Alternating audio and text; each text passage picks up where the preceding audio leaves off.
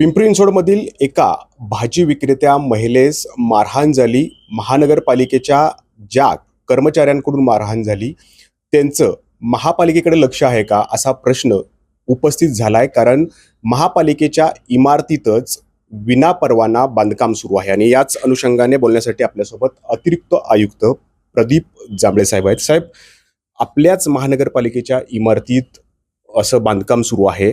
नेमकी ही परवानगी दिलेली नसताना कुणाकडून हे बांधकाम सुरू होतं आणि त्या संदर्भात आता काय नेमकी कारवाई होते? निश्चित आपण जे मुद्दा उपस्थित केला त्याच्या अनुषंगानं एवढं सांगता येईल की आता मान्सूनपूर्व जे काही आपल्याकडे चालू आहे कामकाज त्याच्या अनुषंगानं आपत्ती व्यवस्थापनाच्या अनुषंगानं एक टेम्पररी स्ट्रक्चर या ठिकाणी उभा करण्यासाठीची जी काही इथे खाली स्ट्रक्चर दिसलेलं आहे आपल्याला त्याची जे काही परवानगी घेण्याची प्रक्रिया आहे ती चालू आहे आणि त्याच्यानंतरच ती उभा करण्यात येईल. परंतु आधी कसं काय बांधकाम सुरू झालं यामध्ये नेमकं कुणाकडनं चूक झाल्याचं आपल्याला दिसतंय आणि जे अतिक्रमणचे कर्मचारी आहेत म्हणजे जे MSF जे जवान आहेत जे शहरभर दुसरीकडे लक्ष ठेवतात त्यांचं मग महानगरपालिकेत लक्ष नाहीये? नाही, असं आपल्याला याच्यामध्ये असं सांगता येईल की आपण निश्चितच आपण एखादी गोष्ट परमिशन घेतल्यानंतरच आपण त्या ठिकाणी आपला प्रयत्न असतो. ॲज अ पालिका म्हणून सुद्धा निश्चितच प्रयत्न असतो. पण कदाचित याच्यामध्ये हे आपत्ती व्यवस्थापनाच्या अनुषंगाने हा त्यांचा जो आहे स्ट्रक्चरसाठीचा जो परमिशन घेण्याची प्रक्रिया आहे ती त्या ठिकाणी चालू असेल आणि आपण त्यांना सांगितलेलं आहे की परमिशन झाल्यानंतरच पुढची कारवाई करण्यात येईल. परंतु आता कारवाई होणार का ज्यांनी विनापरवाना सुरू केलं त्यांच्यावरती? नाही, याच्यामध्ये परमिशन झाल्यानंतरच आपण त्याची पुढची जी काही बांधकाम प्रक्रिया किंवा स्ट्रक्चर तात्पुरतं स्वरूपात आहे. त्याच्यामुळे असं नाहीये की ती परमनंट स्ट्रक्चर आहे. आपले नवीन इमारतीचं काम चालू आहे. केवळ पावसाळापूर्व असेल किंवा तात्पुरत्या स्वरूपातच हे बांधकाम आहे की जेणेकरून इथे आपल्याला ही जुनी इमारत आहे. ही जुनी इमारत असताना या ठिकाणी बसण्याची व्यवस्था नाही. पण ह्याच्यामध्ये नियमाचं कुठेही तडजोड केलं जाणार नाही. जर नियमात त्या ठिकाणी असेल तरच ते दिलं जाईल. आपण त्याच्या संदर्भात आपण बिल्डिंग परमिशनशी पण चर्चा केली. जर टेम्पररी स्ट्रक्चर त्या ठिकाणी देण्यायोग्य असेल तरच ते दिलं जाईल आणि त्याच्यानंतरच ते पूर्ण केलं जाईल. खरं तर हे तात्पुरत्या स्वरूपाचं आहे असं तुम्ही म्हणताय.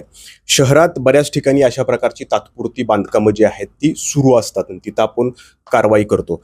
त्यांना आपण असं मेसेज देतोय का की जर तुम्ही तात्पुरत्या स्वरूपाचं करत असाल आणि तुमच्यावरती कोणी आक्षेप घेतला तर मग तुम्ही महापालिकेकडे या आणि बांधकाम बांधण्यासाठी परवानगी घ्या आणि पुढे मग बांधकाम करा? मी हे सांगण्याचा प्रयत्न करतोय आपल्याला की याच्यामध्ये स्ट्रक्चर जर तात्पुरतं असेल तर त्याला आपण फक्त परमिशन घेऊनच ती बांधता येते आणि ह्या केसमध्ये सुद्धा आपल्याला परमिशन मिळाल्यानंतरच ते बांधण्यात येईल. सर, बऱ्यापैकी ढाचा जो आहे तो बांधून झालेला आहे. सर, आपल्याला निदर्शनास आल्यानंतर या ठिकाणी आपण सांगितलं की हे स्ट्रक्चर जे आहे आता कदाचित हे आम्हाला कळाल्यानंतर आम्ही त्यांना थांबवलं इथे आणि त्याच्यानंतर परमिशनची प्रक्रिया चालू आहे असं त्याचं म्हणणं होतं.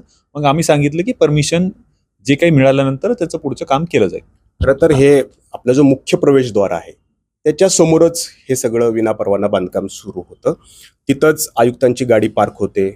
तिथूनच बहुधा तुम्ही पण तिथूनच पास होत असाल. मग कुणाच्याच नजरेस नाही आलं की हे अशा प्रकारचं बांधकाम सुरू आहे? पालिकेतल्या एकाही अधिकाऱ्याच्या कर्मचाऱ्याच्या कुणाच्याच लक्षात नाही आलं? मी हे सांगण्याचं तुम्हाला आताही सांगण्याचं तेच एखाद्या गोष्टीवरती तेच रिपीट करतो मी परत तरी की आपल्याकडे कुठलंही जे टेम्पररी स्ट्रक्चर आहे ते आपण पावसाळ्यासाठी आपण उभा करण्याची नागरिकाला असेल. आता बरेच जर तुम्ही इमारतीवरती शेड बघत असाल पावसामुळं इमारतीचं वरचं टेरेस लिकेज होण्याचं प्रमाण असते तर बऱ्याच वेळेला आपण वरती त्यांना छत म्हणजे झाकण्यासाठी परमिशन देतो.